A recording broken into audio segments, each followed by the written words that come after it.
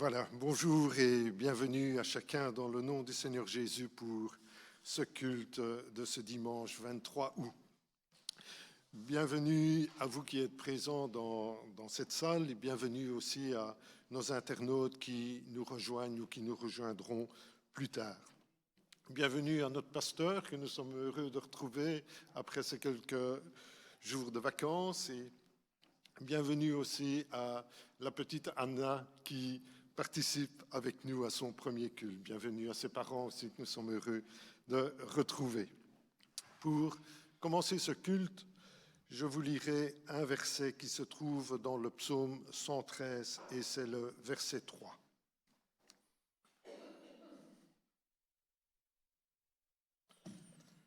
Du lever du soleil jusqu'à son couchant, que le nom de l'Éternel soit célébré.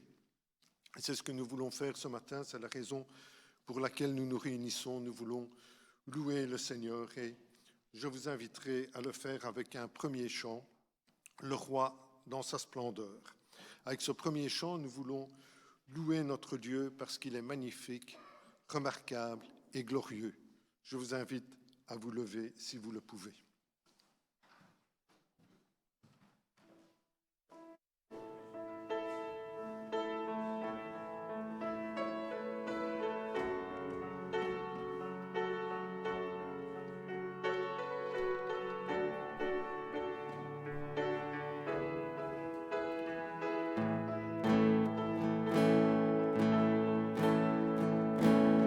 Le roi dans sa splendeur.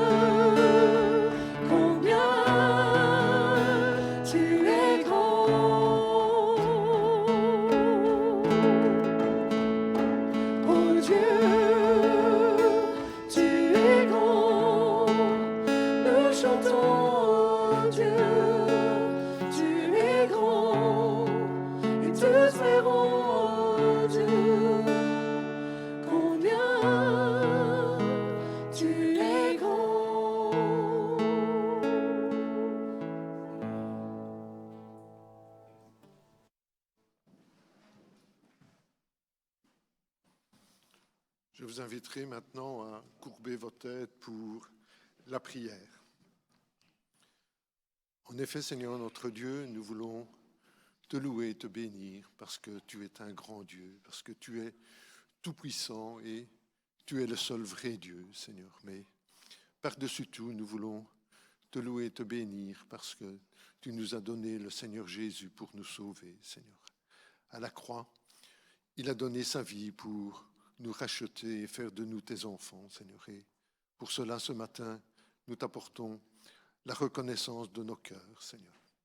Seigneur, nous te remercions aussi pour cette liberté que nous avons de nous réunir, Seigneur. Et nous voulons te demander que ta parole qui nous sera apportée ce matin par Yves puisse toucher nos cœurs, Seigneur. Veuille nous garder de toute distraction, Seigneur, et que ta parole puisse encore nous aider à marcher selon tes voies dans notre pèlerinage terrestre, Seigneur. Seigneur, nous t'apportons nos frères et sœurs qui n'ont pas comme nous cette liberté. Nous voulons te demander de les garder particulièrement, qu'ils puissent ressentir ta présence au milieu d'eux ce matin. Seigneur, nous t'apportons aussi nos frères et sœurs âgés, malades, qui auraient aimé se joindre à nous et qui en sont empêchés. Nous te demandons de les bénir, Seigneur. Seigneur, ce matin, nous te remercions aussi pour nos enfants qui sont réunis dans les sous-sols et nous voulons te remercier aussi pour leurs moniteurs qui leur apportent ta parole dimanche après dimanche, que ta parole puisse faire son effet dans leur jeune cœur. Te demandons la bénédiction sur le culte de ce matin. Au nom du Seigneur Jésus. Amen. Pour poursuivre, je vous inviterai à louer le Seigneur avec un second chant, Dieu Tout-Puissant. Ce chant nous invite à louer Dieu, lui qui est le créateur des cieux et de la terre et qui, dans son amour, nous a donné le Seigneur Jésus pour nous sauver. Je vous invite à vous mettre debout si vous le pouvez.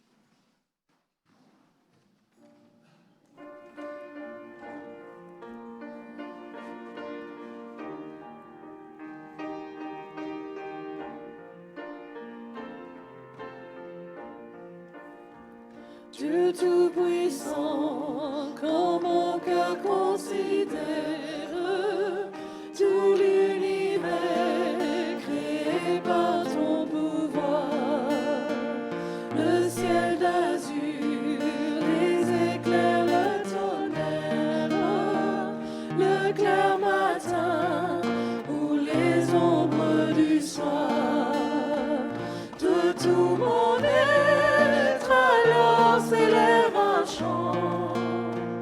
Dieu Tout-Puissant, que tu es grand, de tout mon être alors s'élève un chant. Dieu Tout-Puissant, que tu es grand. Compare les bois ou la forêt profonde, j'erre et j'entends tous les oiseaux chanter. Quand sur les monts, la source avec son onde livre aux zéphyrs son chant doux et léger.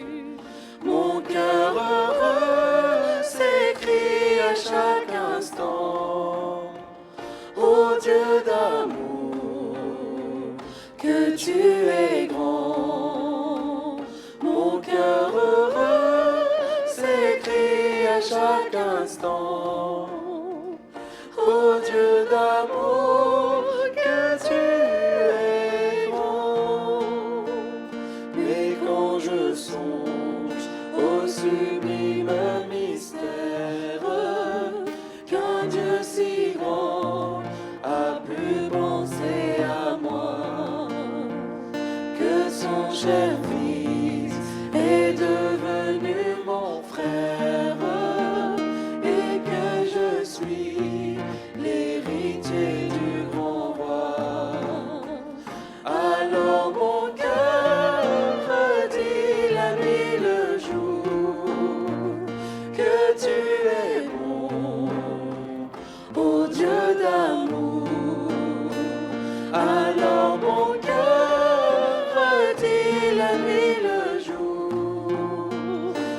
tu es bon, ô Dieu d'amour.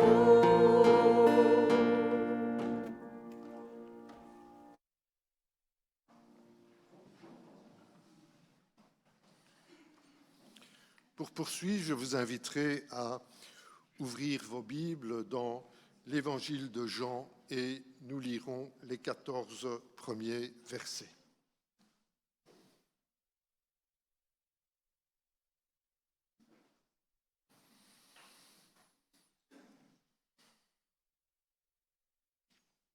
Après cela, Jésus s'en alla de l'autre côté de la mer de Galilée, de Tibériade. Une grande foule le suivait parce qu'elle voyait les miracles qu'il opérait sur les malades. Jésus monta sur la montagne et là, il s'assit avec ses disciples. Or, la Pâque était proche, la fête des Juifs. Ayant levé les yeux et voyant qu'une grande foule venait à lui, Jésus dit à Philippe, « Où achèterons-nous des pains pour que ces gens aient à manger ?» Il disait cela pour l'éprouver, car il savait ce qu'il allait faire. Philippe lui répondit, « Les pains qu'on aurait pour 200 deniers ne suffiraient pas pour que chacun en reçût un peu. » Un de ses disciples, André, frère de Simon-Pierre, lui dit, « Il y a ici un jeune garçon qui a 5 pains d'orge et 2 poissons. Mais qu'est-ce que cela pour tant de gens ?» Jésus dit, « Faites-les asseoir. » Il y avait dans ce lieu beaucoup d'herbes. Ils s'assirent donc au nombre d'environ 5000 hommes. Jésus prit les pains, rendit grâce et les distribua à ceux qui étaient assis. Il leur donna de même des poissons autant qu'ils en voulurent. Lorsqu'ils furent rassasiés, il dit à ses disciples, « Ramassez les morceaux qui restent afin que rien ne se perde. » Ils les ramassèrent donc et ils remplirent 12 paniers avec les morceaux qui restèrent des 5 pains d'orge après que tous eurent mangé. Ces gens, ayant vu le miracle que Jésus avait fait, disaient, « Celui-ci est vraiment le prophète qui doit venir dans le monde. » Où achèterons-nous des pains pour que ces gens aient à manger ? Pour Philippe, c'est mission impossible. Mais Jésus, lui, sait ce qu'il va faire en posant cette question. Il veut simplement mettre son disciple à l'épreuve. Jésus va se servir d'un petit garçon pour nourrir 5000 hommes. Cela nous montre la toute-puissance de Dieu. Et lorsque nous acceptons de mettre le peu que nous possédons à la disposition du Seigneur, cela devient un moyen de bénédiction pour beaucoup. Le Seigneur veut se servir de nous, même si nous avons peu de compétences à lui offrir. Il saura comment les utiliser pour toute bonne œuvre qu'il a préparée d'avance afin que nous les pratiquions. Tout le monde est rassasié et il reste encore 12 paniers avec les restes. Si les 4 évangiles relatent cette multiplication des pains, c'est parce que Dieu veut que nous croyions qu'il est capable de nous combler de toutes sortes de grâces afin que, possédant toujours en toutes choses de quoi satisfaire à tous nos besoins, nous ayons encore en abondance pour toute bonne œuvre. C'est ce que nous enseigne l'apôtre Paul de la part du Seigneur dans ce texte de 2 Corinthiens 9:8. C'est Dieu qui nous donne de quoi satisfaire nos besoins et plus encore afin que nous puissions avoir la joie de donner en retour. Seigneur notre Dieu, nous voulons te louer et te bénir parce que dans ta grâce infinie, tu combles tous nos besoins, Seigneur, et tu le fais même au-delà de ce que nous avons besoin, Seigneur. Et cela, c'est encore un effet de ta grâce afin que nous puissions t'honorer par nos biens, Seigneur. Pour cela, nous t'apportons la louange de nos cœurs. Au nom du Seigneur Jésus. Amen. Pour poursuivre notre culte et avant de laisser la place à Yves pour la prédication de ce matin, je vous invite à louer le Seigneur avec le chant « Infiniment grand ». Ce chant nous permet de louer le Seigneur pour sa bonté, sa grandeur, sa puissance et sa majesté. Si vous le pouvez, je vous invite à vous mettre debout.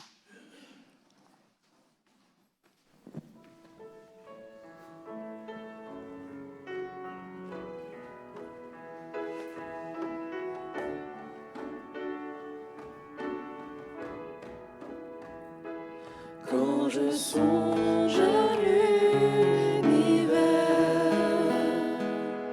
les astres que tu as créés,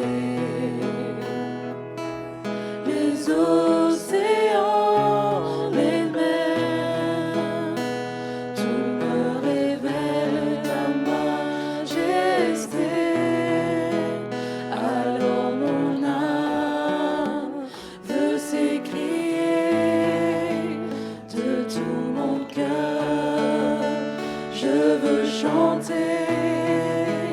Alors mon âme veut s'écrier de tout mon cœur, je veux chanter.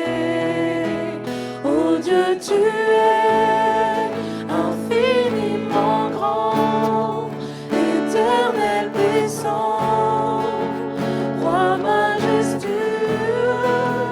Oh Dieu, tu es infiniment grand, éternel puissant, roi majestueux.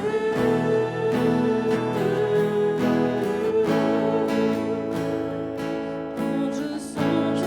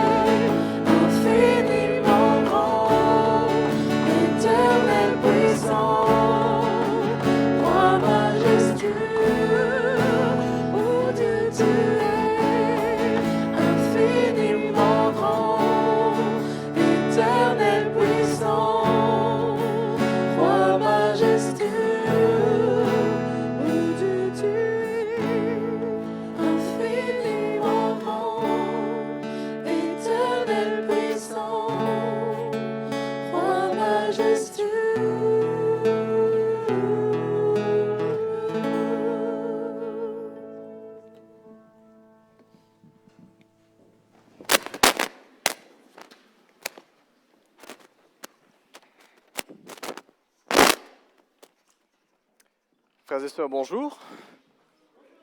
Est-ce que vous m'entendez? Ça va la sono? Ça ne gratte plus?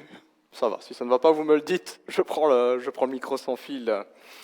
Je suis très heureux de vous retrouver après cette période de congé. Dimanche dernier, mon épouse et moi, on était dans une autre église, mais quand on retourne dans son église locale, il y a cette joie de retrouver ses racines, de retrouver simplement sa maison. En tout cas, on est très heureux de vous revoir. Alors, j'ai à cœur de vous apporter un message ce matin dont le titre est « Le meilleur pour la fin ». Je ne vous promets pas que ce soit une prédication courte, mais le meilleur pour la fin. Je vous invite à me rejoindre dans la Bible, dans la parole de Dieu. Nous allons ouvrir notre Bible dans le Nouveau Testament, Évangile de Jean, et nous prendrons le chapitre 2. Donc Jean chapitre 2, versets 1 à 11. Je vous donne quelques instants pour le trouver. Donc Jean 2 et les 11 premiers versets. Je pense que c'est un passage que la plupart d'entre nous connaissons. C'est le récit des noces de Cana. Jean chapitre 2, versets 1 à 11. Et nous lisons la parole de Dieu. Or, le 3e jour, il y eut des noces à Cana en Galilée. La mère de Jésus était là. Jésus fut aussi invité aux noces avec ses disciples. Comme le vin venait à manquer, la mère de Jésus lui dit « Ils n'ont plus de vin ». Jésus lui répondit « Que me veux-tu, femme ? Mon heure n'est pas encore venue. » Sa mère dit au serviteur « Faites tout ce qu'il vous dira. » Or, il y avait là 6 jarres de pierre destinées aux purifications des Juifs et contenant chacune une centaine de litres. Jésus leur dit « Remplissez d'eau ces jarres » et les remplirent jusqu'au bord. « Puisez maintenant, leur dit-il, et apportez-en à l'organisateur du repas. » Et ils lui en apportèrent. L'organisateur du repas goûta l'eau changée en vin, ne sachant pas d'où venait ce vin, tandis que les serviteurs qui avaient puisé l'eau le savaient bien. Il appela le marié et lui dit « Tout homme sert d'abord le bon vin, puis le moins bon après qu'on s'est enivré. Mais toi, tu as gardé le bon vin jusqu'à présent. » Tel fut à Cana en Galilée le premier des signes miraculeux que Jésus fit. Il manifesta sa gloire et ses disciples crurent en lui. Amen. Jusqu'à la lecture. Nous voulons prier. Seigneur, tu nous donnes encore cette joie et ce privilège de nous assembler ici, dans ce temple à Marcinelle. Notre désir de t'apporter un culte, de te louer, de proclamer ta bonté, ta fidélité, Seigneur, la grandeur de qui tu es. Et nous voulons aussi écouter ta parole, parce que tu es ce Dieu qui continue à nous parler aujourd'hui, Seigneur, dans nos circonstances particulières. Nous voulons, Seigneur, te demander un cœur pour écouter ce que tu veux nous dire, que ton esprit, Seigneur Dieu, puisse souffler dans nos rangs, dans nos vies, dans nos âmes. Montre-nous, Seigneur Dieu, quelles sont tes promesses, à la lumière desquelles, Seigneur, tu nous appelles à vivre. Montre-nous aussi, Seigneur, ce qui dans notre vie doit changer, Seigneur, ce qui ne te plaît pas. Seigneur, les stratégies par lesquelles on veut être heureux, alors que toi, Seigneur, tu as de bien meilleures choses. Guide-nous encore ce matin et glorifie ton nom en Jésus-Christ. Amen. Le meilleur pour la fin. C'est une expression qu'on a certainement déjà entendue autour de nous. On dit on garde le meilleur pour la fin. Et c'est particulièrement vrai quand on parle de passer à table. Je ne sais pas pour vous, mais quand on invite des gens à la maison, après leur avoir servi un bon repas, il y a eu l'apéro, il y a eu l'entrée, puis il y a le plat de résistance qui est là. Il y a tout le monde qui a l'estomac bien rempli. Et pourtant, quand on arrive à ce moment-là, on ne saurait plus rien mettre dans l'estomac. On est toujours fier de dire à ses invités, c'est pas fini. On a le dessert. Sauf pour notre frère Marc là-bas qui est dans la pâtisserie. On m'a dit il fait des gâteaux, des centaines de gâteaux chaque semaine. On ne rechigne pas devant une petite sucrerie comme ça. Un bon tiramisu par exemple. Je prends le tiramisu parce que j'aime ça et parce que les Italiens ils savent y faire en termes de repas. Le dessert comme le meilleur pour la fin. Et c'est ce qu'il est question dans le passage que nous venons de lire ici. C'est d'ailleurs comme ça que le récit se termine. L'organisateur du mariage, le maître de cérémonie, va discrètement trouver le marié et lui dit « T'as gardé le meilleur pour la fin, t'as gardé le meilleur vin pour la fin ». Verset 10. Alors ce passage, ce récit que nous trouvons ici est d'une très grande importance pour nous les chrétiens. Il sert un petit peu à structurer aussi le ministère de Jésus. C'est l'histoire ou le rapport du tout premier miracle que Jésus a fait. C'est en quelque sorte l'inauguration, l'ouverture de son ministère public. Alors on a l'habitude de dire en général que quand quelqu'un entre pour la toute première fois dans ses fonctions officielles, les premiers actes qu'il va poser, les premières paroles qu'il va prononcer sont importantes, parce qu'elles nous révèlent à quel genre de chef on va avoir affaire. Il va en général donner l'orientation du travail qu'il va faire. Nouveau patron au travail, il rassemble tout le monde, il explique un petit peu ce qu'il va faire. Un nouveau gouvernement dans un pays, c'est ça aussi. On guette un petit peu, mais comment il va parler, comment ils vont agir. Un nouveau pasteur aussi. Quand je suis arrivé, vous m'avez guetté en disant « mais à quelle sauce on va être mangé ?» Voilà. Premier geste, première parole, donne l'orientation de ce qui sera fait dans les années à venir. Et assez curieusement, quand on regarde Jean 2, pour ce tout premier acte éclatant, Jésus n'est pas en train de prêcher, il n'est pas au temple de Jérusalem, Jésus n'est pas dans une synagogue, il n'est pas là avec la loi de l'Éternel qui est déroulée, il n'est pas en train de le lire, il n'y a pas de paralytique, il n'y a pas de lépreux, il n'y a pas de démoniaque, il n'y a pas de gens qui le supplient de guérir, de délivrer, de consoler. Jésus est tout simplement à un mariage. Pour l'heure, c'est la fête, et l'attention n'est même pas sur Jésus, l'attention est sur les mariés, parce que quand il y a un mariage, c'est ce qui se passe, en général, on regarde les mariés et on se réjouit avec eux. Le verset 2 fait même remarquer qu'on avait invité Jésus, donc il y a une démarche qui est intentionnelle, on a souhaité sa présence, il y avait une place pour Jésus, pour sa maman et pour ses disciples. Alors même si ce n'est probablement pas là où le texte veut en venir, même si ce n'est pas l'enseignement principal de ce passage, j'aime cette idée qu'on ait invité Jésus à un mariage. J'aime cette idée qu'on ait invité Jésus à la fête, quand tout va bien, quand tout le monde est heureux. Sa présence était souhaitée, comme je le disais, il avait une place. Et quand on y pense, et quand on regarde tout le reste des évangiles, c'est souvent quand ça ne va pas qu'on fera appel à Jésus. Parce qu'il y a un décès. Parce qu'il y a un malade, parce qu'il y a quelqu'un qui est possédé, parce qu'on a envie de lui faire des ennuis, les pharisiens, les scribes, les sadducéens, les spécialistes de la loi. À chaque fois qu'on appelle Jésus, c'est parce que ça ne va pas. Et quand on regarde dans nos propres vies, c'est bien souvent ce qui se passe aussi, honnêtement. Nous appelons Jésus, nous sollicitons sa présence, nous lui aménageons un espace dans notre vie, très souvent quand ça ne va pas. Seigneur, viens changer ma vie, s'il te plaît, aide-moi, fais ceci, fais cela, s'il te plaît. Alors je ne pense pas que le Seigneur rechigne à secourir quand on crie à lui, quand on se détourne du mal, bien évidemment. Mais d'un autre côté, le fait de voir Jésus ici au tout début de son ministère, le tout premier miracle qu'il a fait, le fait de savoir qu'il a été invité, m'interroge personnellement à la place que je laisse, que nous laissons à Jésus, quand les choses vont bien aussi, quand les choses poursuivent le cours ordinaire, quand il n'y a rien de particulier ou de négatif à signaler. Est-ce que Jésus, là aussi, a encore une place dans notre vie ? Et trop souvent, je dois confesser, nous devons certainement confesser que Jésus est traité comme une roue de secours. Je pense que tous ceux qui ont une voiture, vous avez une roue de secours ou un kit de gonflage. Enfin, ceux qui ont des voitures électriques, il y a autre chose aussi. Mais la roue de secours, on la range où ? Dans le coffre. Et si vous ouvrez le coffre, vous ne la voyez pas.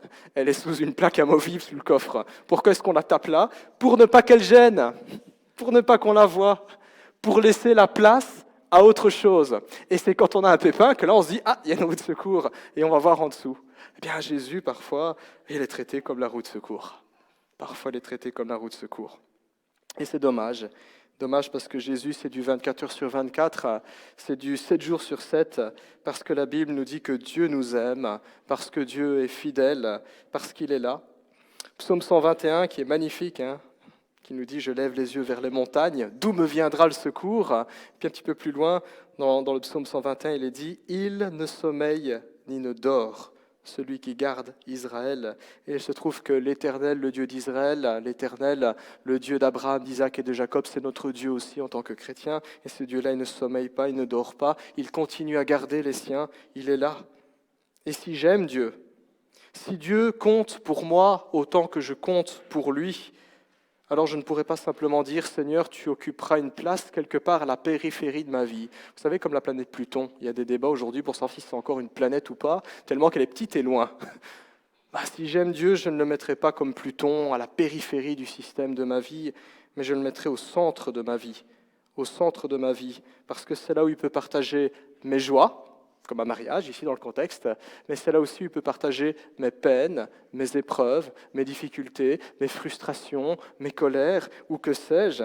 Et c'est précisément à cette place-là, au centre de ma vie, que la présence de Jésus sera le plus bénéfique. parce que c'est là où Dieu peut sublimer nos joies. Et c'est là où il peut nous venir en aide et nous apporter ses conseils au moment opportun. Donc moi, ça m'interpelle quand je vois que, tiens, on a invité Jésus à un mariage, et quand on poursuit la lecture de l'évangile de Jean, au final, Jésus, il est là à chaque fois que ça ne va pas. Apprenons à considérer cela, à cultiver la présence de Dieu. Et c'est exactement ce que nos jeunes mariés ici dans Jean chapitre 2 vont expérimenter à leur insu, parce que je pense qu'au moment même des événements, ils n'étaient pas du tout conscients de ce qui était en train de se passer. Parce qu'en ce jour de mariage, en ce jour où tout est censé être parfait, tip-top, parfaitement millimétré, les couples mariés dans la salle pourront confirmer, organiser un mariage, c'est un pur casse-tête, surtout quand il faut placer les invités autour des tables. C'est très important pour la mariée, hors de question de ce jour-là, de frustrer ou de contrarier la mariée. Imaginez, pour ce mariage-là, il va y avoir un imprévu, et même un très gros imprévu. Le verset 3 nous dit qu'ils vont tomber à court de vin. Alors c'est peut-être un détail qui, pour nous occidentaux du XXIe siècle, ne va pas vraiment nous choquer, parce que pour nous, il n'y a plus de vin à mariage, ma foi, on a de la bière en Belgique. Il y a d'autres spiritueux, il y a du gin, il y a toutes sortes de softs, du jus d'orange, Fanta, Coca, Sprite, voilà, c'est gratuit pour les placements de produits, mais il y a plein de boissons. Mais en Orient et dans l'Antiquité, la culture est différente. Prenons la culture orientale, que ce soit la culture proche-orientale, du Moyen-Orient, de l'Extrême-Orient ou même la culture africaine, tout est une question d'honneur pour les familles. Et ça, c'est quelque chose qu'on a parfois du mal à comprendre, les Occidentaux, et ce qui nous met en décalage quand on lit les récits bibliques. Mais dans cette culture-là, tout est question d'honneur. Et là-bas, quand il y a un mariage, et c'est encore le cas aujourd'hui, quand il y a un mariage, c'est pas comme nous ici en Occident, là où on a juste notre liste d'invités, et on a les gens qui peuvent entrer, et les autres, ils restent dehors, parce qu'ils ne sont pas invités, simplement parce qu'il n'y a pas forcément les moyens pour les inviter. Dans les cultures orientales ou africaines, ça ne marche pas comme ça. Tout le monde peut participer à la fête, les amis, la famille, et le village tout entier, et tous les passants. C'est ça que quand nos frères et sœurs d'Afrique font une fête, et que vous leur demandez « Vous avez combien d'invités ?» Ils ont la liste des gens qui savent qu'ils viendront, c'est déjà une liste quasi interminable. Et ensuite, on sait très bien qu'il y aura beaucoup plus, parce que la porte est ouverte, parce que c'est l'hospitalité. Et dans ce cadre-là, dans ces cultures-là, la capacité à recevoir autant de monde, à leur fournir boissons et nourriture à volonté, témoigne de leur sens de l'hospitalité. C'est une question d'honneur. Notre famille vous accueille, on vous souhaite la bienvenue. On a pensé à la possibilité que vous pourriez venir. Il y a à manger en suffisance, il y a à boire en suffisance.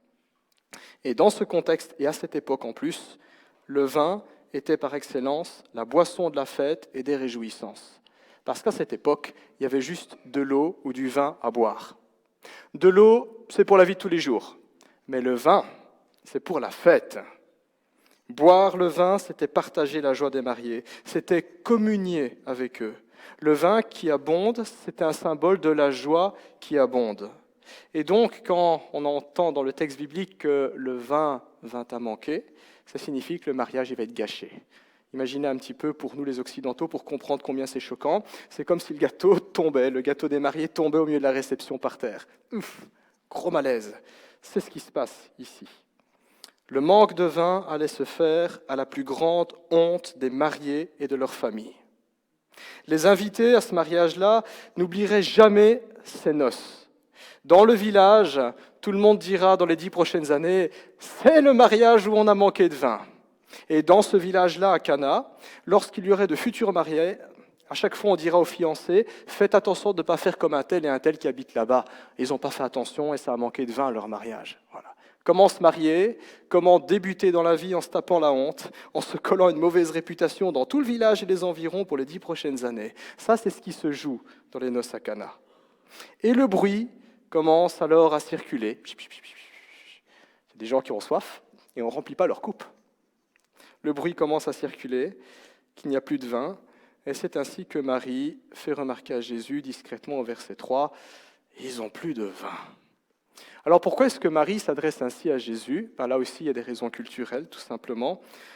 Quand on regarde dans les évangiles, on apprend que Marie et Joseph ont eu plusieurs enfants. Voilà. Alors, c'est peut-être quelque chose qui nous distingue de nos amis catholiques. Nos amis catholiques disent que Marie et Joseph n'ont pas eu d'enfants. C'est des cousins ou des cousines dont la Bible parle. Sauf qu'en grec, les termes sont très clairs et très explicites. Quand on dit frères et sœurs de Jésus, enfants de Marie et Joseph, c'est enfants biologiques. Donc Marie et Joseph ont eu tout plein d'enfants, des frères et des sœurs de Jésus qui n'ont pas cru en lui, comme le dit l'Écriture au départ. Ils ont même cherché à le ramener à la maison. Ils avaient honte de Jésus qui se mettait à prêcher. Et il faut savoir que dans la culture orientale, quand il y a plusieurs enfants, le fils aîné est celui qui représente le foyer, qui prend soin du foyer quand le père n'est plus. C'est aussi le cas dans la culture africaine, ou alors dans la culture du pays de ma maman aussi. Voilà, l'aîné est celui qui parle au nom de la famille. Il est le représentant, en quelque sorte. Et comme Joseph, dans les évangiles, n'est plus cité nulle part après les événements de Noël, on suppose qu'il est décédé et que c'est Jésus qui a pris le relais. Et donc, d'une certaine manière, Marie, comprenant le malaise des mariés, sollicite le représentant de la famille en lui demandant « il faut leur donner un coup de main, il faut faire quelque chose ». Peut-être que Marie avait en tête de dire à Jésus va trouver la supérette du coin et acheter quelques bouteilles de vin. Enfin, à l'époque, ce n'était pas des bouteilles, c'était des jarres de vin. Peut-être que c'était ça, l'idée de Marie. Peut-être qu'elle voulait que Jésus fasse le tour du quartier, du porte-à-porte, pour demander s'ils n'ont pas du vin à prêter, en expliquant la situation. Voilà, que sais-je ? Elle demande à Jésus d'agir. Alors, quoi qu'il en soit, la réaction de Jésus est tranchante. On sent dans sa réponse qu'il y a des choses à clarifier dans ses relations avec sa maman. Jésus va dire au verset 4 « Que me veux-tu, femme ? Mon heure n'est pas encore venue. » Je réponds ça à maman aujourd'hui, je m'en prends une. Voilà. Et pourtant, c'est le langage que Jésus a tenu. Alors Jésus n'est pas en train de dire aux enfants « Allez-y, envoyez bouler votre maman ». Ce n'est pas ce que le texte dit, mais il y a un contexte qui est important. Jésus commence son ministère. Jésus ne va plus continuer à travailler dans l'atelier de son père qui était charpentier, certainement que Jésus était charpentier. Jésus va passer à une toute autre activité. Il ne va plus rester cantonné à Nazareth, il ne va plus rester cantonné à Bethléem ou que sais-je, il ne va plus rester dans les régions qu'il connaissait. Il va parcourir le pays pour accomplir ce pourquoi il a été envoyé. Et c'est dans ce cadre-là que Jésus veut signifier ce changement de relation. Depuis son baptême, Jésus a commencé le ministère en tant que Christ, en tant que Messie, et le temps était venu pour lui de s'occuper des affaires de son Père céleste, d'accomplir ce pourquoi le Fils de Dieu était envoyé sur terre, pour prêcher la bonne nouvelle, pour œuvrer au salut des hommes. Alors le texte ne dit pas ce qui s'est passé dans la tête de Marie ni dans son cœur, mais on peut supposer. On peut supposer que Marie, en entendant Jésus parler comme ça, a dû se rappeler des circonstances miraculeuses de la naissance de Jésus. Parce que c'est vrai que Jésus, elle l'a porté, Jésus, elle l'a allaité, Jésus, elle l'a élevé. Mais elle savait très bien que cet enfant-là avait une destinée particulière. Elle a dû se rappeler les paroles de l'ange Gabriel qui lui a dit « Il sera grand et il sera appelé Fils du Très-Haut. Tu lui donneras le nom de Jésus, car c'est lui qui sauvera son peuple de ses péchés. » L'Écriture nous dit d'ailleurs que Marie se commémorait ces choses-là constamment en tête. Alors Marie dit tout simplement à propos de Jésus, « Faites tout ce qu'il vous dira. » Ce n'est pas « faites ce que je vous dirai », ce n'est pas « c'est moi qui commande et c'est moi qui va gérer », c'est « faites ce que Jésus-Christ vous dira, faites ce qu'il vous dira. » Quand je lis la Bible, je ne peux être que touché en voyant Marie, la mère de Jésus, qui ici nous est dépeinte comme un exemple d'humilité, comme un exemple de disponibilité pour Dieu et de soumission à Christ. Marie ne prend pas l'ascendant sur Jésus, Marie ne dicte pas sa volonté au Christ, mais elle se soumet à la parole de Dieu. Marie, qui avait dit à l'ange Gabriel « Je suis la servante du Seigneur, qu'il en soit fait selon ta parole », dit à présent à propos de Jésus, de l'enfant qu'elle a pourtant porté, qu'elle a pourtant élevé, elle dit à propos de Jésus « Faites tout ce qu'il vous dira ». Il y a là pour nous protestants, et par rapport à nos amis catholiques, il y a là aussi un contraste saisissant entre Marie, telle qu'elle est dépeinte dans l'Église catholique, une Marie médiatrice, mère de Dieu, reine du ciel, qui prend le pas sur Jésus, un Jésus qui est souvent dépeint comme un bébé dans ses bras, ou une victime crucifiée sur tous les crucifix qui sont arborés, et puis la Marie de la Bible, dont l'attitude nous inspire. Dans la Bible, Marie est vraiment brillante, elle est vraiment exceptionnelle. Et dans son humanité, dans son caractère aussi pécheresse, elle trace une voie, la voie du disciple. Nous devons apprendre à nous soumettre au Christ. Nous devons apprendre à l'écouter. Nous devons faire ce pas qui est parfois douloureux. Pour Marie, le pas douloureux, c'était de se dire « Je suis sa mère, mais c'est le Fils de Dieu. C'est mon Seigneur, c'est mon Maître. Je suis disciple. » Pour nous aussi, faire le pas de nous soumettre à Dieu nous coûtera quelque chose aussi, de se dire « Mais c'est lui qu'il faut écouter. C'est lui qui a raison, pas moi. » Parfois, nous marchons, ou parfois, plutôt que de marcher à la suite de Jésus, nous dansons à la suite de Jésus. C'est un pas devant et deux pas derrière. Au final, quand on regarde, on recule. Lentement, mais on recule, un pas devant, deux pas derrière. Ça ne marche pas. Dieu n'accorde ses plus grandes faveurs qu'aux esprits avertis. Et qui sont les esprits avertis ? Ce sont ceux qui l'écoutent. Ce sont ceux qui écoutent Jésus. Comment écouter Jésus ? Ça, c'est une bonne question. Comment écouter Jésus ? Eh bien, au travers de la Bible, au travers de la parole de Dieu, c'est comme ça qu'on prend connaissance de qui il est, de ce qu'il a fait, de ce qu'il a dit, de ce qu'il a enseigné, de ce qu'il nous a laissé. Mais écouter est avant tout une attitude de cœur. Pour écouter, j'ai besoin d'avoir un cœur qui est disposé à apprendre. Si je crois tout savoir, si je crois avoir tout le temps raison, si je crois savoir tout mieux que tout le monde, je n'ai pas un cœur qui est prêt à apprendre. Celui qui est prêt à apprendre, c'est celui qui a l'humilité et qui est capable de dire « moi, je ne sais pas tout ». C'est celui qui est capable de se dire « en fond, je peux me tromper ». C'est celui qui est capable de dire « il y a des domaines où je suis ignorant et j'ai besoin qu'on m'instruise ». Donc comment écouter Jésus ? Avoir un cœur disposé à apprendre. Avoir un cœur disposé à comprendre. Parce qu'il y a parfois plein de choses qu'on sait, mais on ne les comprend pas. On ne les comprend pas. Et ça ne sert à rien de les savoir si on ne les comprend pas. Et pour comprendre, je dois avoir de l'intérêt. Je dois avoir de l'intérêt pour ce que Dieu dit. Je dois être curieux. Je ne dois pas simplement me contenter des choses en surface. Et ça, c'est peut-être le problème dans nombre de nos églises. Les choses sont abordées ou les choses sont vécues avec beaucoup de superficialité. La foi chrétienne est souvent présentée comme un océan. Très très bien, et c'est vrai. Mais quand on creuse, on se rend compte que l'océan est profond d'1 centimètre. Qu'est-ce qu'on fait avec un océan d'1 centimètre de profondeur ? On ne sait pas pêcher, on ne sait pas nager, on ne sait pas naviguer, on ne sait rien faire. Ça ne sert à rien. C'est beau pour les photos, ça s'arrête là. Telle est parfois l'apparence de nos églises évangéliques. Elles ont l'air belles, mais en fait, c'est très superficiel. Écouter le Seigneur, c'est être prêt à apprendre, comme je disais, mais s'appliquer aussi à comprendre. Et ce n'est possible que s'il y a de l'intérêt. Ce n'est possible que si j'ai de la curiosité. Si je ne me contente pas simplement de choses superficielles, mais en disant « Ok, je vais aller plus profondément ». C'est cela. Écouter, c'est aussi le faire dans le but d'obéir, dans le but de mettre en pratique, sinon ça reste de l'information. Et l'information, on s'en passe.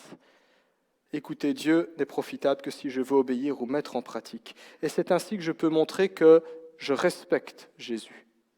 C'est ainsi que je peux montrer que j'aime Jésus, que je me sens comme un disciple qui apprend, qui se soumet à une discipline, parce que c'est ça un disciple.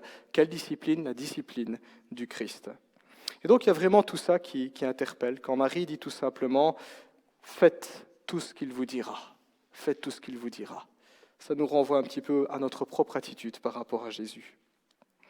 Écoutez Dieu, écoutez Jésus, et voilà comment ce jour-là, à Cana, les mariés furent sauvés du déshonneur. Les serviteurs écoutèrent scrupuleusement les instructions du Christ, et le miracle s'opéra. L'eau fut changée en vin, et contre toute attente, le vin se mit à abonder, alors qu'il n'y avait absolument plus aucune solution, humainement parlant, pour pouvoir assurer le bon déroulement du mariage. Alors la Bible va attirer notre attention sur 2 détails assez importants concernant l'eau et concernant le vin, et c'est des détails aussi qui nous interpellent. La Bible nous dit que Jésus s'est servi de l'eau qui était destinée aux ablutions, aux purifications des Juifs. C'est ce que nous dit le verset 6. Alors c'est quoi cette histoire d'eau qui sert à la purification ? Alors, dans le contexte, à l'époque, en Israël, il y avait de l'eau qui avait un usage ordinaire, c'est l'eau qu'on boit tous les jours pour faire la cuisine, pour faire le ménage simplement, et il y avait de l'eau qui était destinée à un usage sacré. Cette eau-là, c'était pour laver les objets, ou laver les mains, laver les pieds, ou laver les visages, dans le cadre d'un culte à Dieu. C'était de l'eau, on ne pouvait pas commencer à puiser dedans pour boire tranquillement. Ça aurait été profaner l'eau. Ça aurait été, en quelque sorte, faire un acte d'irrévérence envers Dieu. Cette eau-là, on ne pouvait pas y toucher. Et Jésus va y toucher pour en faire du vin, justement, ce type d'eau. Et à nouveau, le texte n'est pas en train de nous montrer qu'on peut profaner ce qui est religieux. Ce n'est pas du tout ce que Jésus veut montrer. Mais puisque l'eau avait pour fonction de purifier, nous voyons que celui qui a le pouvoir par son sang de nous laver de nos péchés, Jésus-Christ, est le seul à même de transformer les choses en profondeur. Et ainsi, il nous montre que les rites religieux ont leur importance et ils ont leur place, mais que c'est en Christ qu'elles ont du sens, qu'elles ont de la force et qu'elles trouvent leur accomplissement. Au fond, Jésus montre qu'il fait ce qu'il veut de cette eau-là, parce que c'est lui qui est Dieu, il est le maître du culte. Et il veut montrer qu'au final, la véritable pureté, c'est lui qui peut l'opérer en profondeur. Jésus fera ça aussi pour le sabbat. Souvenez-vous, les religieux reprochaient à Jésus de ne pas respecter le sabbat parce qu'il guérissait le jour du sabbat. Il travaillait en tant que faiseur de miracles ou prédicateur. Et Jésus dira tout simplement, l'homme n'a pas été fait pour le sabbat, mais le sabbat a été fait pour l'homme. Puis dira-t-il, le Fils de l'homme, donc il parle de lui, est le maître du sabbat. Il en révèle le véritable sens, le véritable accomplissement. Parce que le véritable repos se trouve non dans l'observance d'une loi, mais le véritable repos se trouve en connaissant Jésus. Et Jésus dira, venez à moi, vous qui êtes fatigués et chargés. Et c'est ce que Jésus fait ici. Ce n'est pas par hasard qu'il prend de l'eau qui est destinée à la purification. La véritable pureté, c'est en lui. La véritable transformation, c'est en lui. Je change l'eau en vin, je change ce qui se passe dans ces amphores et j'utilise de l'eau sacrée pour le faire. C'est le signal que le Christ envoie. Un autre détail qui est tout aussi frappant, et c'est certainement le détail le plus frappant de notre texte, c'est la qualité du vin. Voilà pourquoi le titre, le meilleur pour la fin. Je ne sais pas s'il y a des amateurs de vin dans la salle. Il fut un temps où pour moi tous les vins c'était pareil. On pouvait me présenter un mauvais vin et un bon vin. Puis c'est en vieillissant que j'ai commencé à sentir la différence. C'est là que je me suis dit, il se passe quelque chose. Je crois que c'est mon beau-père qui m'a dit, tu mûris. Donc, voilà, c'est du bon vin que Jésus a fait. À la grande surprise des convives, on leur resserre du vin alors qu'il en manquait il y a quelques instants. Et on peut imaginer la scène. Il y a quelqu'un qui tend sa coupe, on vient avec une amphore, on verse du vin, il boit le vin et il se rend compte que ce qu'on vient de lui servir, c'est pas ce qu'on lui a servi il y a un quart d'heure. Il s'émerveille, il regarde cette coupe et il se dit « ça, c'est un bon vin ». Il y a peut-être des spécialistes qui se sont dit, ils ont commencé à faire comme ça, vous savez, tel cépage, je sais pas moi, c'est un Cabernet Sauvignon, que sais-je, quelque chose comme ça. Nous imaginons les convives émerveillés devant ce vin, ravis qu'on les honore et qu'on les accueille avec un tel breuvage. Le vin que fit abonder Jésus n'avait rien à voir avec la piquette que les mariés avaient prévue. Ce qu'ils reçurent par grâce, parce que ce n'est pas eux qui l'ont fait le vin, ce n'est pas les mariés, ils ne l'ont pas acheté, ils ne l'ont pas payé, c'est Dieu qui leur a accordé par grâce. Ce qu'ils reçurent le jour de leur mariage par grâce valait bien plus que ce que leurs œuvres et leurs efforts avaient permis. Ils avaient peut-être bossé, économisé pour acheter du vin, et il n'y avait pas moyen d'acheter meilleur, parce que leur argent permettait ça. Et ce que Dieu a donné par grâce a dépassé les œuvres des hommes, et ainsi Jésus a sauvé le mariage. Et d'une certaine manière, quand nous réfléchissons à ce miracle, quand nous réfléchissons juste aux détails que le texte nous donne, et il insiste sur ça, la qualité du vin, ça nous montre que Jésus est capable de produire dans nos vies bien plus. On parle quand même de 6 jarres de plus de 100 litres, 600 litres de vin, ça fait de la bouteille quand même. Jésus est capable de produire dans nos vies bien plus et bien mieux que tout ce que nos efforts pourraient produire. Voilà le principe spirituel qui est derrière. Et d'une certaine manière, ça nous renvoie à nous-mêmes. Trop souvent, nous préférons nous contenter de notre vin maison, de boire de la piquette. Nous préférons nos plans, nos stratégies. Nous nous imaginons que ce que le monde peut nous offrir, sa manière de vivre et ses plaisirs, c'est ça le bonheur. Nous allons travailler pour ça, nous allons économiser pour ça, nous allons accumuler toutes ces choses-là. Et au final, le Seigneur nous dit, je peux en donner tout autant, et même plus, si tu m'écoutes, si tu me fais confiance. Jamais nous ne pourrons égaler la paix, la joie et l'assurance que Dieu met dans le cœur de celui qui l'écoute. Et mes amis, si vous avez le Seigneur Jésus-Christ dans votre vie, si vous êtes chrétien, si vous avez Jésus dans votre cœur, le siège de votre existence, les pensées, les sentiments, votre volonté, votre force, alors aujourd'hui déjà, vous pouvez être heureux, vous êtes heureux, parce que vous possédez ce que le monde est incapable de vous donner, durablement et gratuitement. Le monde ne peut donner que des shoots de bonheur, comme de la drogue. Il y a un effet, et puis ça disparaît, et on en veut encore plus, et on s'habitue, il faut des doses plus grandes, et c'est difficile de les acquérir. Dieu donne gratuitement, abondamment. Ça ne veut pas dire qu'il n'y a pas de problème, qu'il n'y a pas d'épreuve, qu'il n'y a pas de tristesse dans notre vie. On est soumis aux mêmes épreuves et aux mêmes difficultés que n'importe qui. Mais d'un autre côté, ça signifie qu'en nous, il y a cette joie qui sera toujours réelle. Cette source continuera à couler. Et c'est ainsi que le récit des noces de Cana se termine. Et Jean de conclure que par ce miracle, Jésus manifesta sa gloire divine et sa puissance divine, et ses disciples crurent en lui. Au début de ce message, nous disions le meilleur pour la fin. Eh bien, la fin, dans notre Bible, elle se trouve dans le livre de l'Apocalypse. Et dans le livre de l'Apocalypse, il y a un chapitre qui est tout particulièrement marquant. C'est le chapitre 19. Je ne vais pas le lire. Je vous invite à le lire, pourquoi pas, pendant la semaine. Mais elle nous parle du retour de Jésus-Christ. Il revient comme un conquérant qui est triomphant. Et la Bible nous dit, dans Apocalypse 19, que nous tous qui avons cru en lui, nous tous qui avons pris sa parole au sérieux, qui avons écouté, qui avons accepté d'apprendre, qui nous sommes appliqués à comprendre et à obéir, eh bien la Bible nous dit que nous serons conviés à sa table, à un grand banquet que la Bible appelle les noces de l'agneau, où nous sera servi un vin nouveau. Et Jésus dira dans Apocalypse 19, « Bienheureux sont ceux qui auront part aux noces de l'agneau ». Ainsi, quand on regarde Jean 2 et quand on regarde Apocalypse 19, eh bien nous nous rendons compte que le ministère de Jésus-Christ a été inauguré lors d'un mariage, et ce ministère sera plein, total et accompli à son retour lors d'un autre mariage, notre rencontre en tant qu'Église avec notre fiancé, notre Seigneur et notre Sauveur Jésus-Christ. Et voilà une vision de mariage, une vision de célébration d'amour et d'amitié qui aujourd'hui nous interroge aussi, et je clôturerai par cela. Des questions qui nous interrogent. Suis-je de la fête ? Suis-je convié à cette fête ? Suis-je un ami du marié ? Suis-je un ami de Jésus-Christ ? Suis-je réconcilié avec Dieu ? C'est certainement la question la plus importante de toute notre vie, parce que de la réponse que nous donnons dépend l'éternité. Ce n'est pas un investissement sur 5 ans, 10 ans, 25 ans ou que sais-je, c'est un investissement éternel et sans fin. Ai-je accepté Jésus-Christ comme mon Seigneur et mon Sauveur ? Y a-t-il un moment où dans ma vie je me suis arrêté pour dire « Seigneur, je suis pécheur, je suis incapable de faire quoi que ce soit par mes propres forces. Je te demande pardon, pardon d'agir contre toi.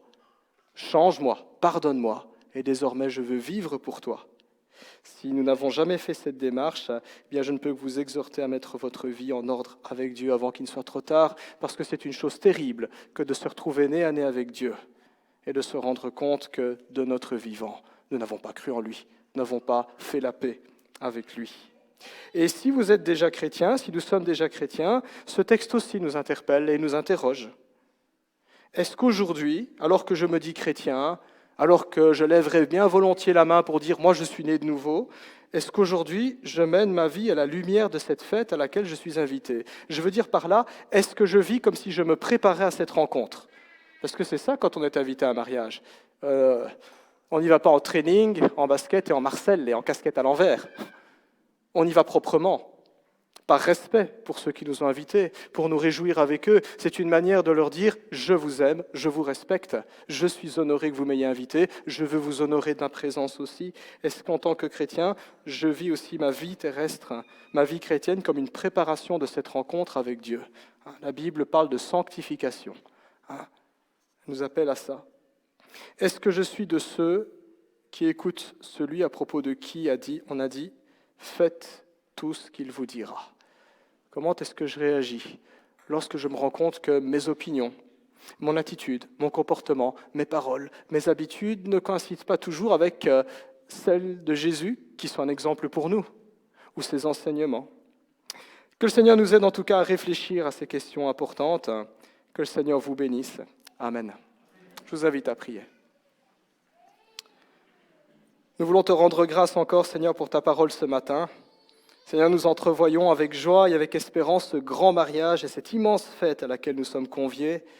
Seigneur, nous nous rappelons cette parabole magnifique où tu te décris comme un roi, Seigneur, qui a préparé un banquet et tellement de nourriture. Aide-nous, Seigneur Dieu, à ne pas prendre ces choses à la légère. Nous voulons, Seigneur Dieu, encore considérer ta parole. Nous voulons encore te demander une transformation dans nos cœurs, dans nos vies, dans nos foyers, dans nos maisons, dans nos couples, dans nos familles, dans notre Église, Seigneur. Nous croyons que le changement que tu veux initier est toujours le meilleur. Pardonne-nous toutes ces fois où nous nous contentons de notre vieux vin, Seigneur. Apprends-nous à te faire confiance, à croire que ce que tu donnes vaut bien plus et dépasse largement tout ce que nous pourrions faire, Seigneur. Seigneur, suscite dans nos cœurs de la foi, suscite dans nos cœurs de la crainte, du respect, de l'obéissance, de l'humilité et de l'amour. Merci pour tes promesses, merci pour ta patience envers nous, et merci de te révéler à nous, Seigneur Dieu, comme tu étais présent aussi à ce mariage. Nous pensons à toutes les personnes qui sont en chemin, qui sont en route, qui n'ont pas encore pris une décision pour toi. Nous te demandons que par ton esprit, tu les attires à toi, que tu apportes réponse, Seigneur Dieu, à leurs doutes, éclaircissement, Seigneur, là où il y aura encore des domaines d'obscurité dans leur vie, qu'ainsi, Seigneur, ton nom soit glorifié, qu'un plus grand nombre soit sauvé, et que parmi ceux qui soient sauvés, il y ait des progrès en sainteté, Seigneur, pour ta gloire et dans le nom de Jésus-Christ. Amen.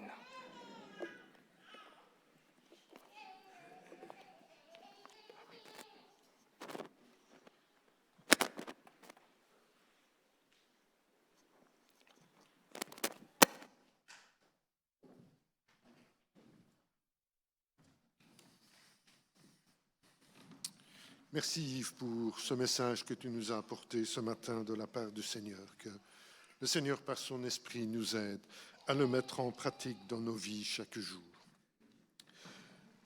Avant de passer à la Sainte Seine, je vous inviterai à louer le Seigneur avec le chant Rédempteur adorable qui servira d'introduction à notre moment de Sainte Seine.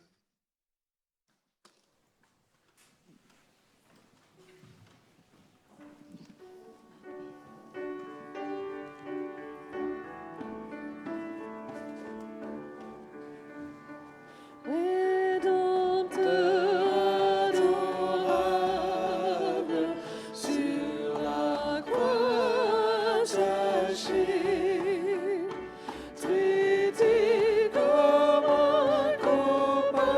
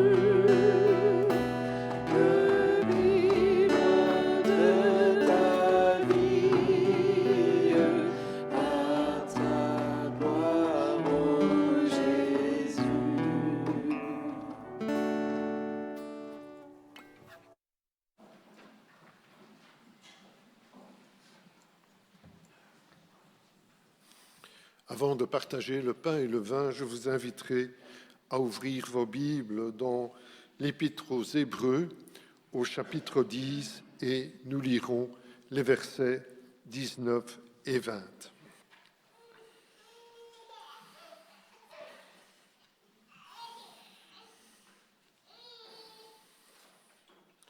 Ainsi donc, frères, puisque nous avons, au moyen du sang de Jésus, une libre entrée dans le sanctuaire par la route nouvelle et vivante qu'il a inaugurée pour nous au travers du voile, c'est-à-dire de sa chair. Ce texte fait référence au temple de l'Ancienne Alliance. La présence de Dieu se trouvait dans le lieu très saint, fermé par un voile épais. Une fois par an, le souverain sacrificateur pouvait entrer dans le lieu très saint pour faire l'expiation des péchés du peuple avec le sang des animaux sacrifiés. Par la mort et la résurrection du Seigneur Jésus, les choses vont changer. Lorsque le Seigneur Jésus, à la croix, rend l'esprit, le voile du temple se déchire en deux, depuis le haut jusqu'en bas. La présence de Dieu est rendue possible à tous par la foi en Jésus. Nos péchés qui rendaient cela impossible sont ôtés par le sang précieux du Seigneur Jésus. Et peut-être que ce matin, vous êtes en recherche, vous voulez entrer dans ce sanctuaire pour être de la présence de Dieu. Sachez que l'entrée vous est offerte à la croix par le Seigneur Jésus. Il vous suffit de croire au Seigneur Jésus pour être sauvé. Et avant que nous ne prenions la Sainte Seine, je vous inviterai à ouvrir vos Bibles pour un deuxième texte dans la première épître aux Corinthiens, au chapitre 11, et nous lirons les versets 23 à 29, qui sont les recommandations que l'apôtre Paul nous font de la part du Seigneur.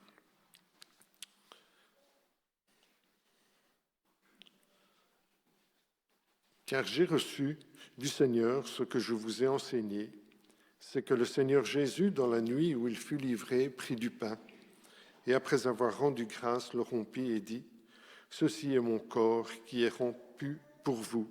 Faites ceci en mémoire de moi. » De même, après avoir soupé, il prit la coupe et dit : « Cette coupe est la nouvelle alliance en mon sang. Faites ceci en mémoire de moi, toutes les fois que vous en boirez. Car toutes les fois que vous mangez ce pain et que vous buvez cette coupe, vous annoncez la mort du Seigneur jusqu'à ce qu'il vienne. C'est pourquoi celui qui mangera le pain ou boira la coupe du Seigneur indignement sera coupable envers le corps et le sang du Seigneur.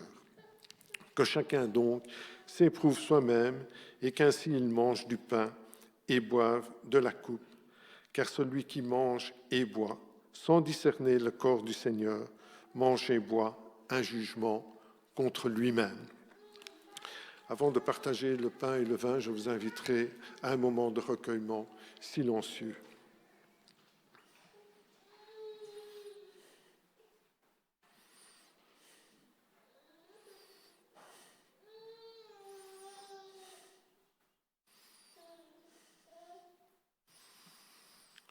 En effet, Seigneur notre Dieu, en partageant le pain et le vin ce matin, nous voulons nous souvenir que c'est le sang précieux du Seigneur Jésus qui a lavé et ôté notre péché de devant toi, Seigneur. Et nous voulons te louer et te bénir pour tant d'amour à notre égard. Au nom du Seigneur Jésus, Amen. Si vous avez reconnu le Seigneur Jésus comme votre Sauveur et votre Seigneur, vous l'avez manifesté publiquement en passant par les eaux du baptême, nous vous invitons à partager la Sainte Seine avec nous. Si vous êtes de passage dans notre Église et pour autant que vous soyez en ordre avec votre communauté, nous vous invitons aussi à partager le pain et le vin avec nous. Si toutefois vous n'avez jamais participé à la Sainte Seine, nous vous invitons à avoir au préalable un entretien avec notre pasteur ou les anciens, parce que ce repas n'est pas n'importe quel repas, mais le repas instauré par le Seigneur lui-même, et tout cela pour le bon ordre dans notre communauté. Les frères et sœurs qui participent à la Sainte Seine voudront bien se lever, et j'inviterai quelques frères à venir autour de la table pour la distribution du pain et du vin. Yves, si tu veux nous rejoindre, Nunzio, Tim, Léo, Franz et Salomon.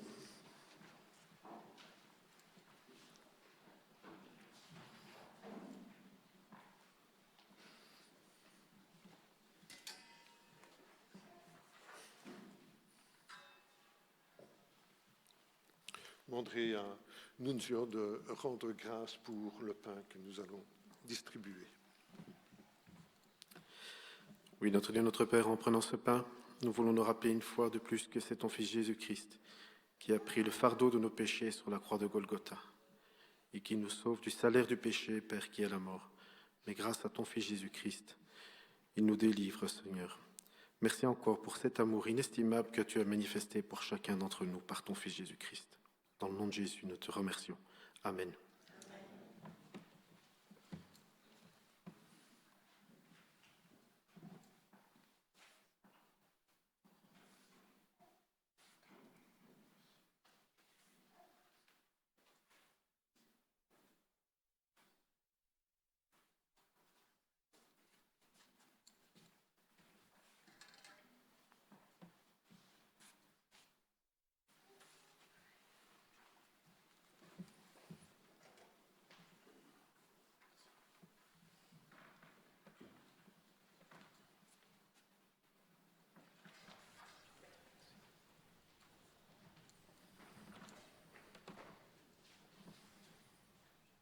Je demanderai à notre frère Franz de prier pour le vin que nous allons partager.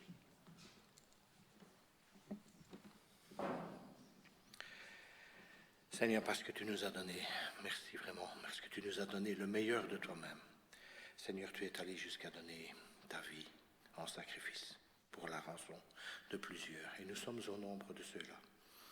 Merci pour le vin qui symbolise ce sang que tu nous as accordé par ta grâce. Amen.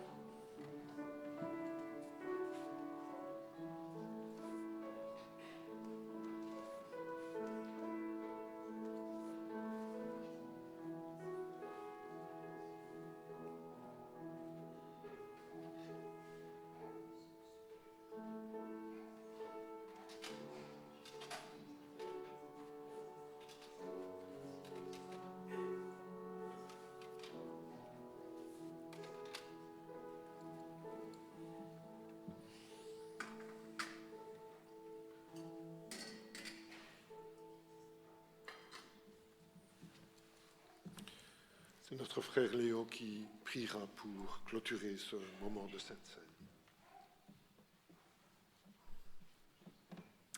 Notre Dieu, notre Père, nous te bénissons, nous te louons, Seigneur, pour ce moment que nous venons de passer, Seigneur, toute cette table sainte. Merci, Seigneur, parce que tu nous pardonnes. Merci parce que tu as été attaché à la croix pour moi, pour nous, afin que nous soyons sauvés.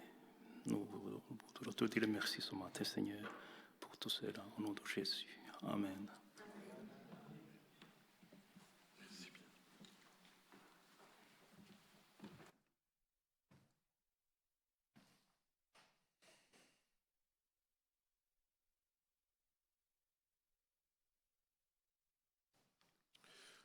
Pendant que nous louons le Seigneur avec nos offrandes, je vous inviterai à vous lever et nous louerons le Seigneur avec le chant « À celui qui nous aime ».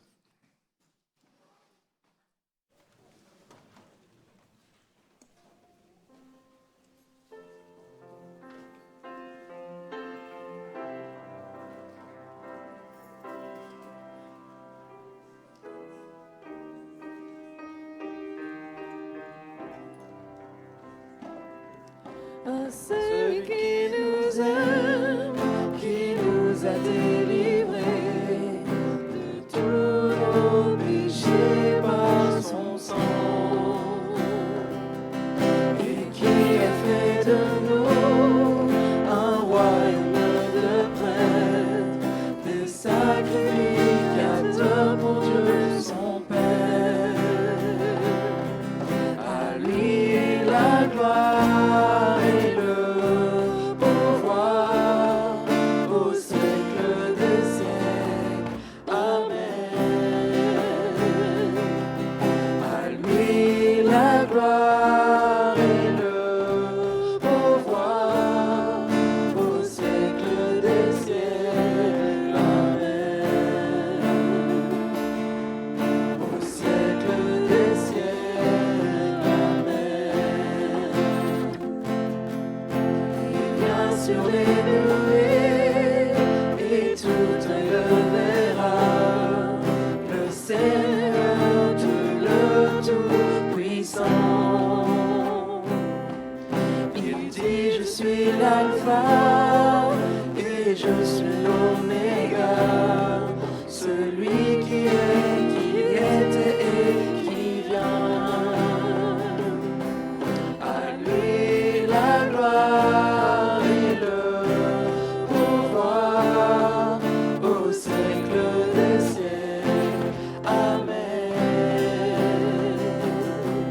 À lui la gloire et le pouvoir au siècle des siècles. Amen.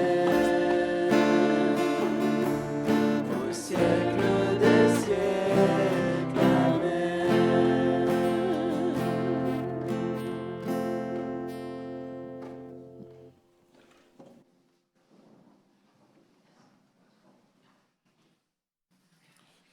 C'est notre frère Nunzio qui présentera l'offrande de ce matin au Seigneur. Oui, notre Dieu, notre Père, nous voulons te remettre comme chaque dimanche nos offrandes entre tes mains, que tu puisses bénir cette offrande, qu'elle serve, Seigneur, à l'édification de ton règne, à faire connaître ta parole au plus grand nombre, qu'elle serve également au fonctionnement de ton Église, au soutien missionnaire, à aider les plus nécessiteux. Merci, Seigneur, de nous donner comme chaque prière, Seigneur, pour cette offrande, un cœur de partage, Seigneur. Nous voulons aussi te remercier pour l'abondance que tu nous donnes sur nos contrées. Et nous voulons aussi penser à nos frères et sœurs qui, à travers le monde, Seigneur, ne puissent pas bénéficier de tout le confort que nous avons. Merci, Seigneur, encore de bénir cette offrande et de la faire fructifier selon ta volonté. Dans le nom de Jésus, nous te le demandons. Amen.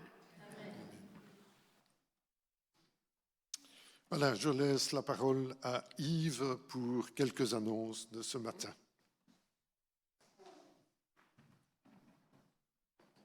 Merci André. Quelques annonces, donc prochaine rencontre, ça va être affiché sur l'écran. Donc cette semaine, nous sommes toujours dans la période estivale des vacances. Donc pas de réunion en semaine, nous reprendrons au mois de septembre. Les activités sont en train tout doucement de se réorganiser, de se préparer leur planning. Merci de prier pour les différents départements de l'Église, en tout cas pour redémarrer à la rentrée. Dimanche, on aura culte naturellement à 10h. Aujourd'hui, nous avons pris par surprise, donc nous avons démarré le culte à 10h. Nous allons essayer de faire ça tous les dimanches. Donc c'est comme pour le retour de Jésus-Christ. Soyons prêts, s'il vous plaît, frères et sœurs. Tâchons d'être là à l'heure, que nous puissions être là les uns et les autres. Il y a beaucoup de joie à se retrouver, et il y a encore plus de joie quand on se retrouve à l'heure, parce qu'après on peut passer encore plus de temps dans la tasse de café. Voilà, donc culte à 10h. Préparation au baptême, donc toutes les personnes qui ont manifesté un intérêt seront bientôt contactées. Nous allons lancer les préparations en septembre. Si vous avez encore en cœur de vous y inscrire, n'hésitez pas à venir me trouver, soit à l'issue du culte, une réunion, un petit coup de fil ou quoi que ce soit. Et nous serons très heureux en tout cas de vous inscrire à cette préparation. Il n'y a pas besoin de prérequis, c'est ouvert même aux personnes qui se sont déjà faites baptiser. Je crois qu'il y a un frère qui a demandé à refaire la préparation comme ça. C'est une très bonne démarche si vous avez à cœur de faire des révisions ou simplement pouvoir être avec les futurs candidats au baptême, prier avec eux, les encourager, n'hésitez pas.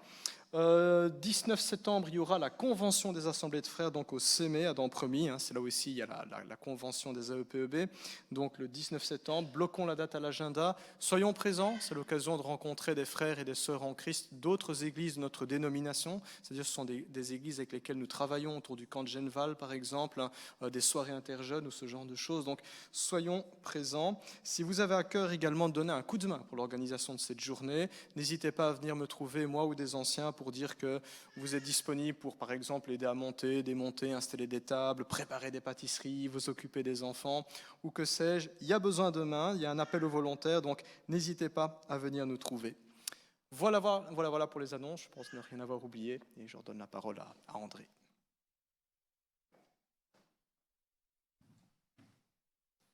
Merci Yves. Pour clôturer le culte, je vous invite à vous mettre debout et nous louerons le Seigneur avec le chant « Ton nom est grand ».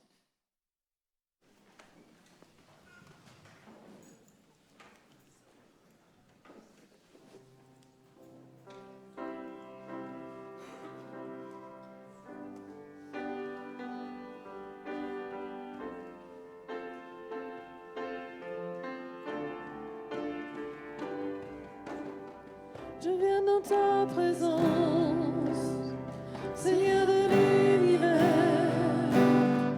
Rien n'a plus d'importance, rien n'a plus de valeur. Je viens chercher ton cœur, trouver ta volonté, me tenir prosterné en chantant tes louanges. Ton nom est grand, ton nom est saint, ton nom est digne de louange. À toi l'honneur, à toi la gloire, à toi la puissance et la force. Jésus, agneau de Dieu. Je viens dans ta présence, déposer mes fardeaux, tout ce qui me retient de m'approcher de toi. Tu es mon bouclier, mon abri, mon seul bien. Vers toi, Seigneur mon Dieu, je veux lever les mains. Ton nom est grand, ton nom est saint, ton nom est digne de louange. À toi l'honneur, à toi la gloire, à toi la puissance et la force. Jésus, agneau de Dieu.